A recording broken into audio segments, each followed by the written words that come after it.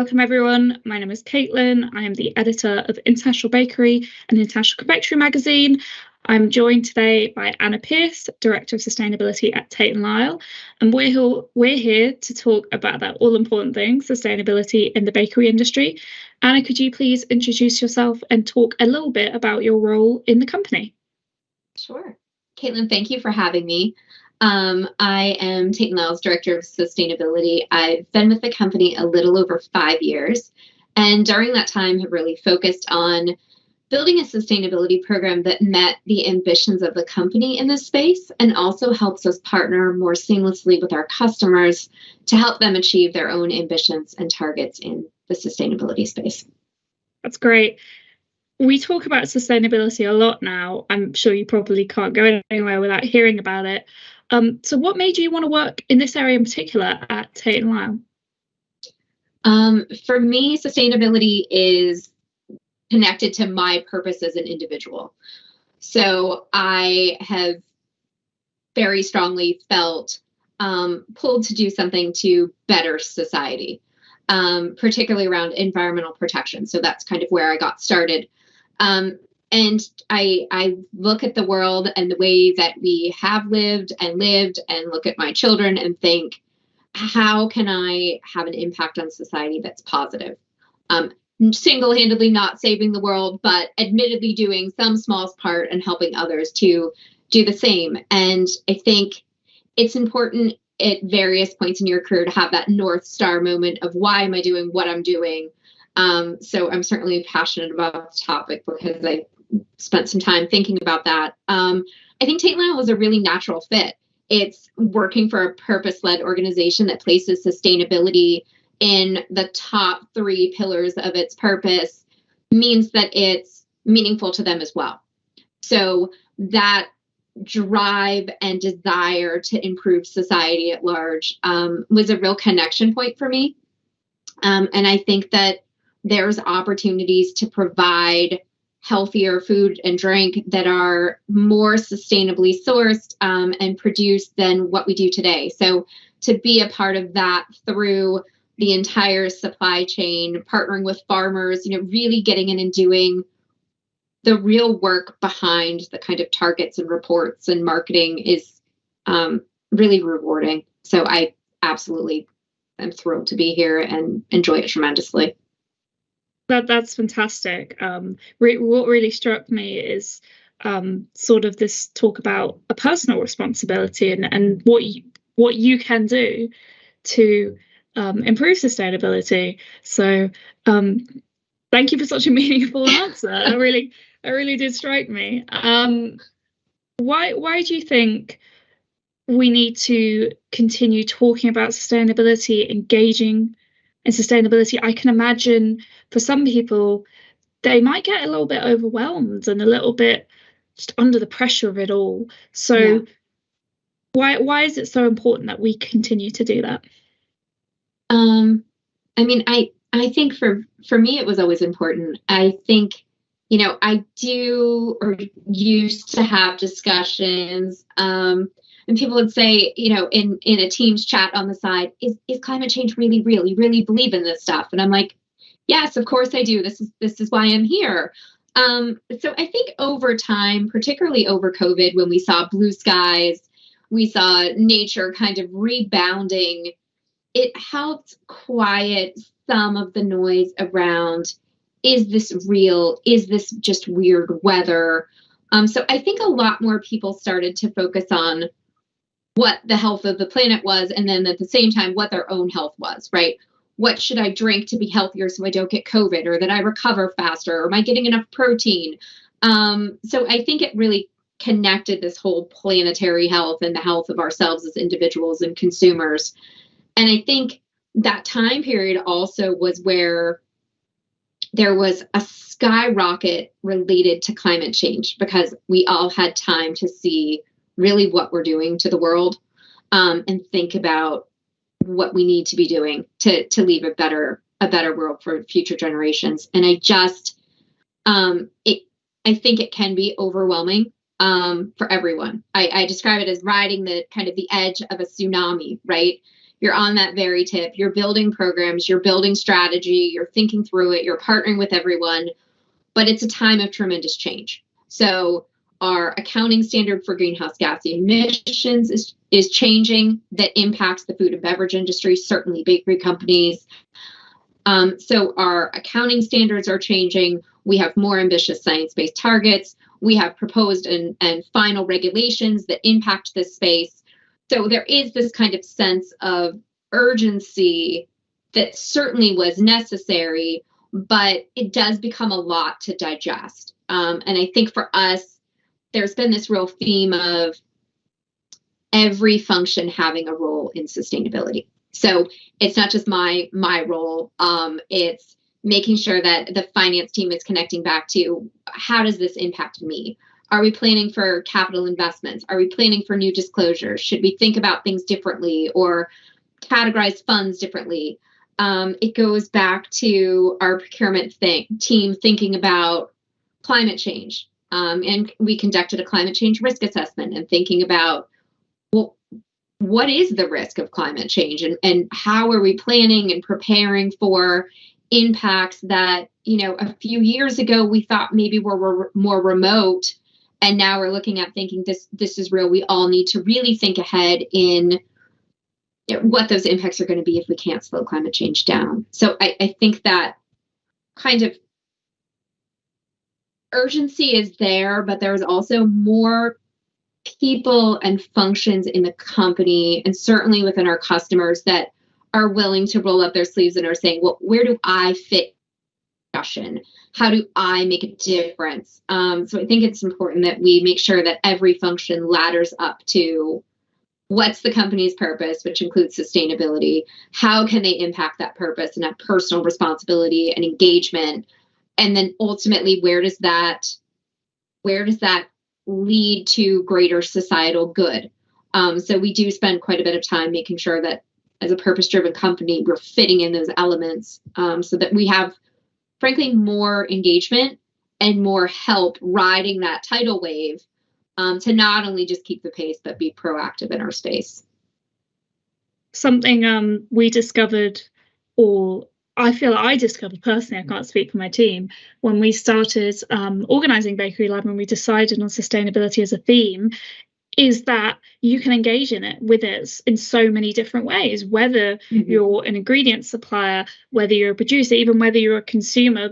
There are steps that you can take to make sure to ensure you're protecting the planet. So I definitely hear that from you, and talking about the people in your company and how they can view it through their personal position. So it's fantastic to see that. In terms of the bakery industry, what would you say are the main areas of focus towards ensuring greater sustainability?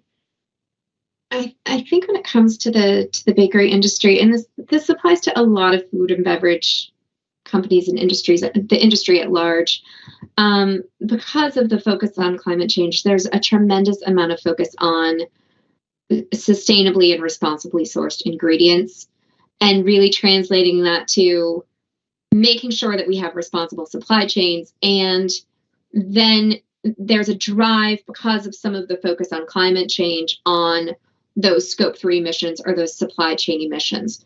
So I think very much gone are the days when we worried about our own fence lines, our own greenhouse gas reductions, our own water and waste programs. It's really become this necessary level of transparency across the whole entire supply chain, so that we not only can report our greenhouse gas emissions, we can hit those responsible sourcing commitments, but that our CPG customers that are selling to consumers, the consumers want to know, where's this product sourced from? Is my product healthy, but also is it manufactured in a responsible and a sustainable way? We have done, polling within European consumers in the industry, and sustainability is one of the criteria that they are more and more drawn to on pack claims, labeling, scannable codes. Where did this come from? How is this sourced? And, younger and middle-aged consumers have really picked up on those trends in a much more accelerated pattern than what we've seen before. So there's definitely, I think there's a need for the transparency. There's a need for reporting and overall those corporate targets, because that's where you see the real reductions taking place that combat climate change, certainly. But it's also, I think, important that consumers are informed. They understand what does responsible sourcing mean, what does a low carbon product mean, so they can make more informed decisions when they're making their purchases. I think someone said to me, I can't remember who now, they said consumers are not stupid. No, if you provide them with the information that they're looking for, then and I think that issue of informed decisions is so important, especially as when you say it's at the top of a lot of consumers' agendas, and that's what they're saying.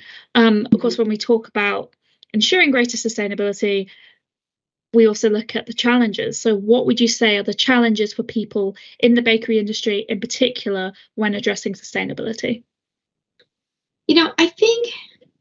I think some of it comes down to the availability of alternate ingredients.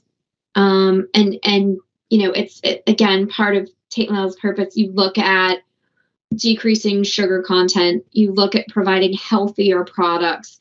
And I think it's not only making sure that consumers understand what does sugar replacement look like, but why is that a healthier option for me? And is that sourced, manufactured? What's the difference in that process from the sugar-based product that I've bought for the last 10 years and enjoyed tremendously?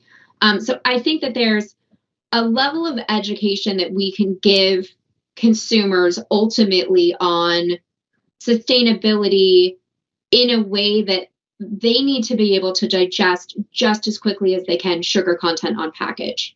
I don't think that we're there, just full transparency. I think we all collectively have a way to go because it's such a new and changing space.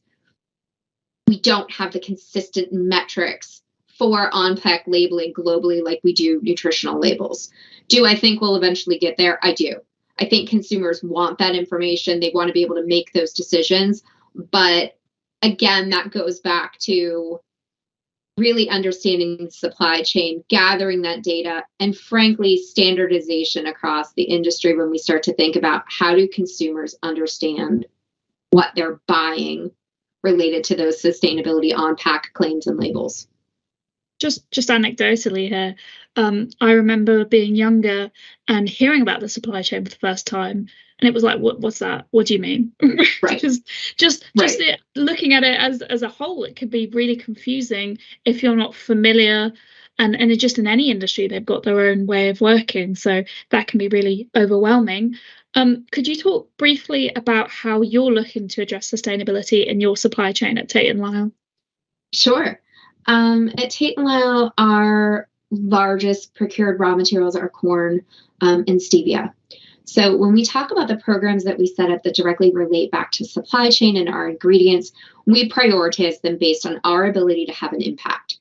So if it's not impactful to us, then it's not impacting our environmental footprint as a company, right? So we don't achieve the ambitions that we have, and we frankly don't help our customers achieve theirs.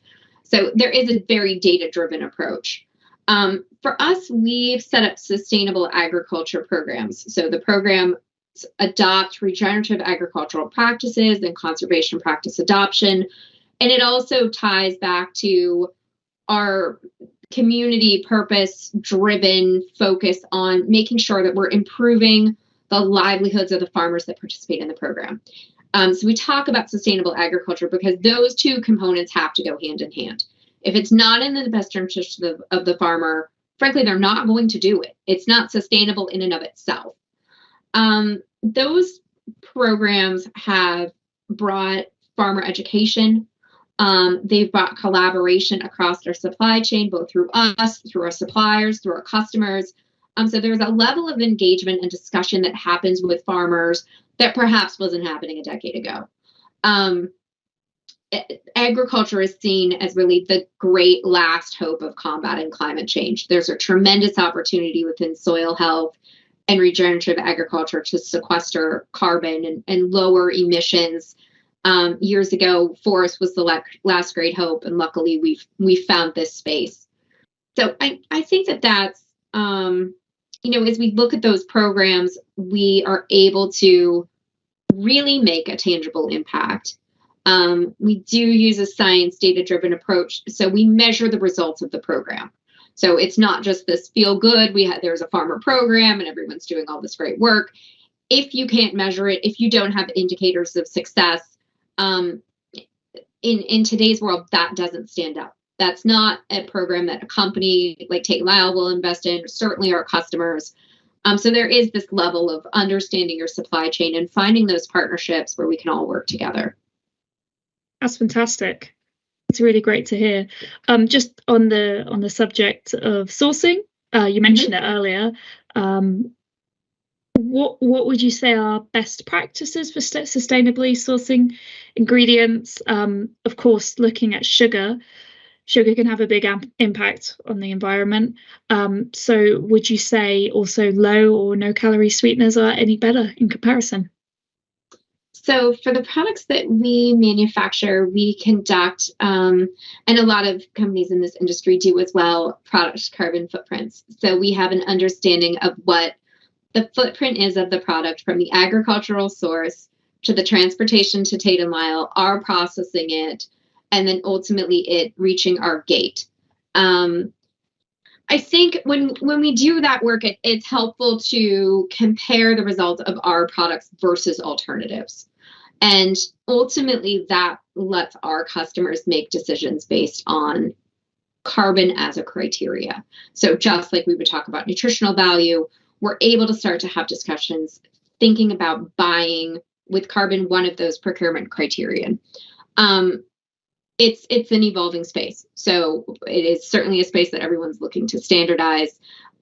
We do see discussions around that carbon footprint. We see discussions around sustainable sourcing.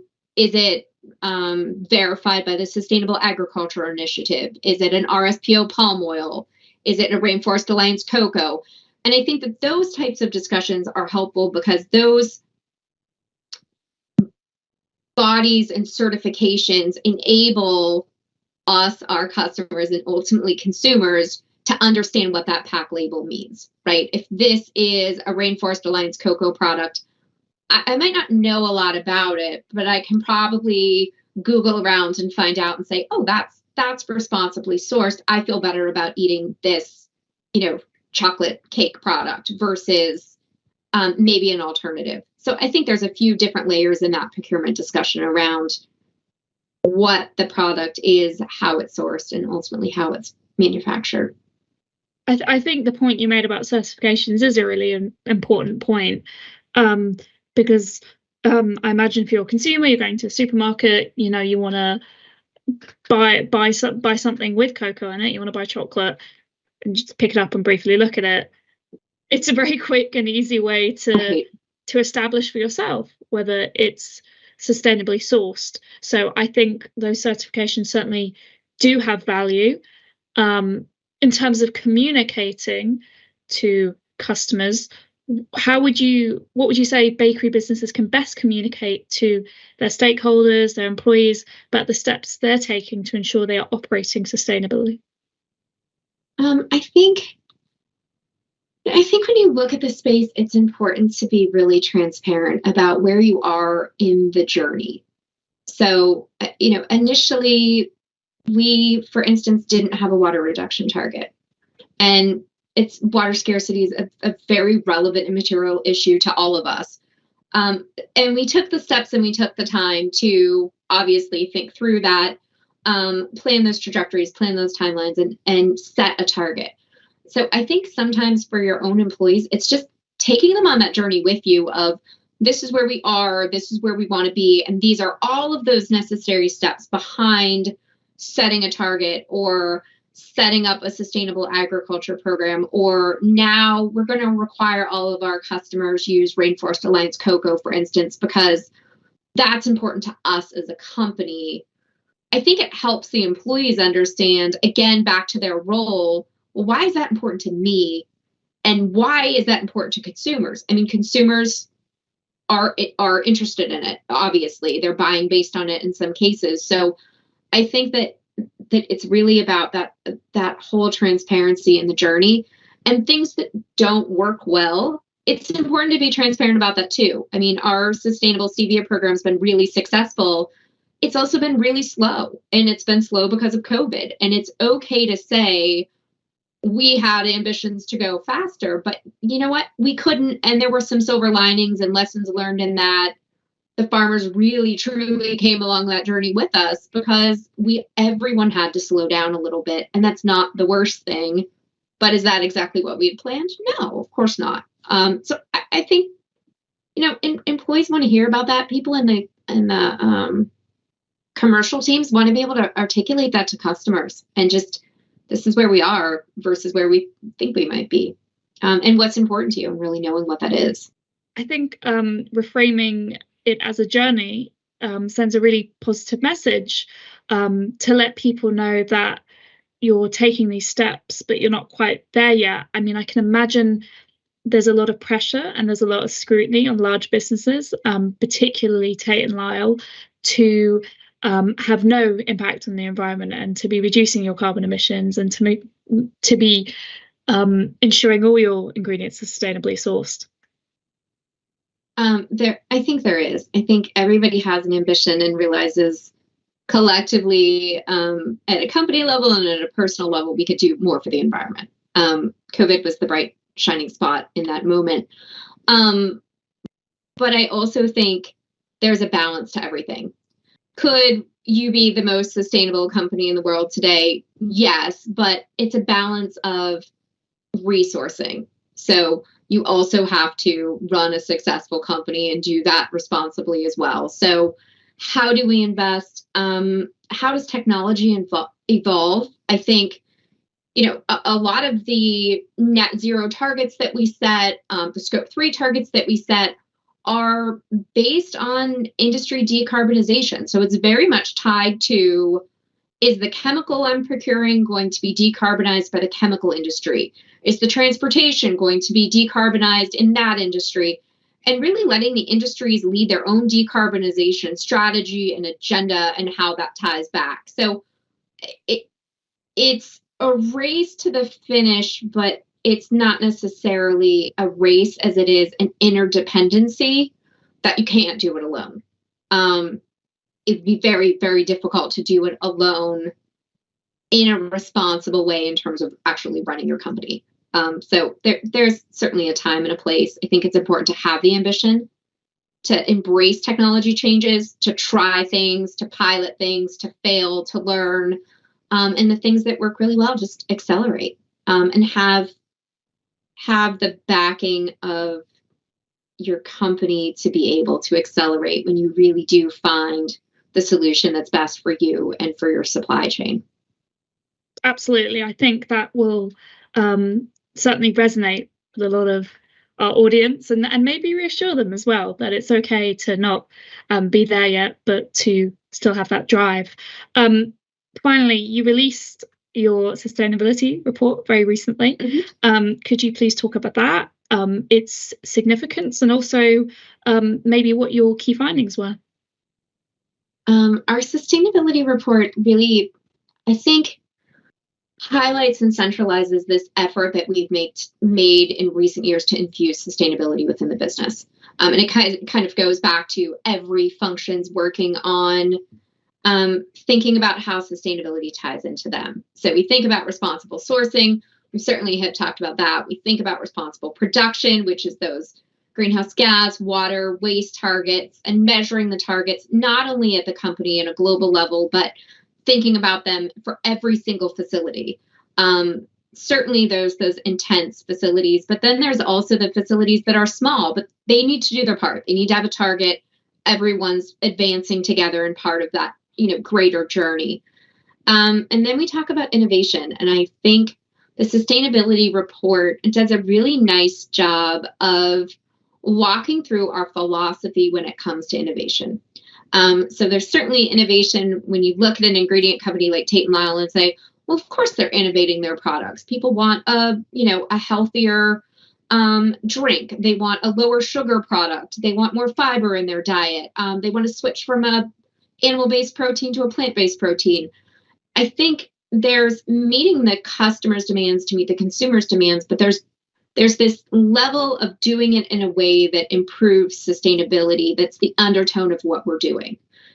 So a great example for us was our innovation of our existing Claria line to a newer version, which has the same level of functionality, but uses 34% fewer greenhouse gas emissions and 35% less water. So when we start to have examples like that, where we've really seen the innovation come the entire way through our process, it's important that we're meeting the customer's demands and consumers' demands, but we're doing it in a responsible way.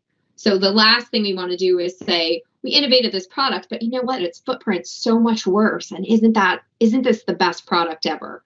So I think it just goes into the philosophy of how Tate Lyle is thinking about operating the business, but then also innovating the products for our customers and ultimately consumers that want that, better product for the environment. I think, the transparency piece of this is really key and becoming more key. So the sustainability report is another lens outside of our annual report, outside of our purpose report, that really lets us get into more detail about what does this really look like in Tate Lyle that isn't me as the sustainability lead talking about sustainability. It would be an incredibly boring report, but also it doesn't demonstrate how we approach sustainability. So I'm really proud of the report because I think it highlights all those functional roles and just how integrated it is in the way that we do business. I can imagine as well that it must be quite rewarding to see the accumulation of your efforts in that report, and to see that you have a big job on your hands, but it's not a job you're shying away from. So thank you, Anna, for speaking with me and for sharing your passion. It's been absolutely fantastic. Thank you for having me.